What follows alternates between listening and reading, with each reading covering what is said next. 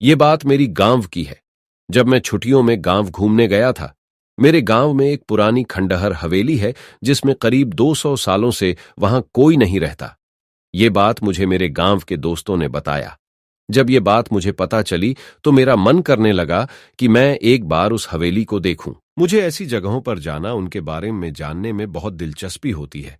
फिर एक दिन मैं अपने दोस्तों के साथ वहां जाने का प्लान बनाता हूं और उस खंडहर हवेली के सामने पहुंच जाता हूं।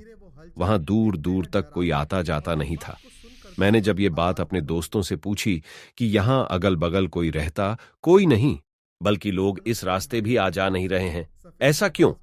तो मेरे दोस्तों ने बताया, ये हवेली सिर्फ पुरानी और खंडहर नहीं है, बल्कि ये हवेली एक भूतिया श्रापित हवेली है। मैं बोला, ऐसा तुम इतने यकीन से कैसे कह सकते हो? मेरे दोस्तों ने कहा, यहां पूरे गांव का यही मानना है। इसके बारे में एक बहुत पुरानी और सच्ची घटना यहां प्रसिद्ध है। मेरे मन में इसके बारे में जानने का ख्याल और बढ़ने लगा। मैंने पूछा, क्या है इसके पीछे की कहानी? तब उनमें से एक दोस्त ने मुझे बताना शुरू किया। आज से करीब 200 साल पहले इस हवेली के मालिक बहुत बड्ढे जमींदार हुआ करते थे। उनकी एक पत्नी भी थी जो बहुत सुंदर थी। उनका नाम सुलेखा था। उस समय ही डाकुओं के भी खौफ से लोग डरते थे। डाकुओं की टुकड़ी जिस गांव में भी घुसती थी, उस गांव को पूरी तरह बर्बाद कर देती थी। एक बार डाकुओं के सरदार को जमींदार के धन और संपत्ति पर नजर पड़ी, जिसके बाद उसने जमींदार के घर डकैती डालने का सोचा। इस पर सभी डाकुओं ने हां कर दिया। फिर एक दिन वो भी गया जो जमींदार ने कभी सोचा भी नहीं होगा। डाकुओं ने एक दिन जमींदार के हवेली पर रात में डकैती मार दी। जमींदार ने भी अपनी सुरक्षा के लिए पहले से ही कुछ सिपाही और नौकर रखे हुए थे, जो डाकुओं के हवेली पर आने पर उनसे लड़ेच पड़े, क्योंकि जमींदार के सिपाही और नौकर बहुत कम और साधारण हथियार के साथ थे। वहीं डाकुओं की संख्या बहुत ज्यादा थी और अच्छे हथियार के साथ लैश थे, जिसकी वजह से जमींदार के सिपाहियों और नौकरों को कुछ ही देर में मार डाला। ये सब जमींदार देखने के बाद सोचा, इससे पहले कि डाकू हवेली का दरवाजा तो ढच कर अंदर घुस जाए, उसे अपनी पत्नी और खजाने को छुपा देना चाहिए। फिर उसने उस खजाने को एक हवेली में ही किसी खुफिया जगह पर छुपा दिया और अपने पत्नी को एक कमरे के अंदर एक और खुफिये कमरे में छुपा दिया और बाहर से कमरा बंद कर दिया। इसके बाद कुछ ही देर में डाकू हवेली का दरवाजा तोड़ कर अंदर घुस गए, जिसमें जमींदार की मौत डाकुओं के हाथों हो गई। पर जमींदार ने मरते मरते अपने खजाने का पता उन डाकुओं को नहीं बताया। डाकुओं ने खजाने को बहुत खोजा, पर वो नहीं मिला।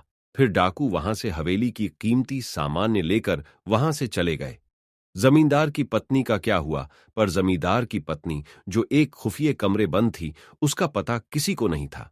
उसकी पत्नी बहुत चिल्लाई, लोगों को बुलाने की कोशिश की, कमरे के दरवाजे को तोड़ने कोशिश की, पर वो अंत तक कुछ नहीं कर सकी और भूख प्यास से वो धड़ धप कर वहीं मर गई। उसके मरने के बाद उसके लाश के बदबू से लोग हवेली में गए और उस कमरे को तोड़ ढककर उसके लाश को वहां से निकालकर उसका अंतिम संस्कार किया।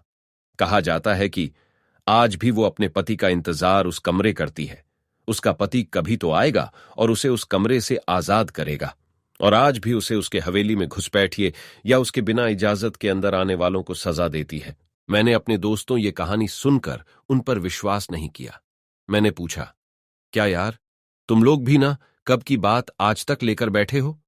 इसका कोई सबूत है तुम लोगों के पास? तो उन लोगों ने बोला, कुछ लोगों ने इस हवेली में जाने की और वहां रुकने की गलती की थी, जो आज तक इस सदमे को भूल नहीं पाए हैं। मैंने पूछा, ऐसा क्या हुआ था उन लोगों के साथ इस हवेली में? तब दोस्तों ने मुझे बताया, एक बार एक अपराधी जेल से भाग जाता है और इस हवेली में आकर छुप जाता है। उसके बाद कोई कुछ नहीं जानता कि उस हवेली में उसके साथ क्या हुआ था।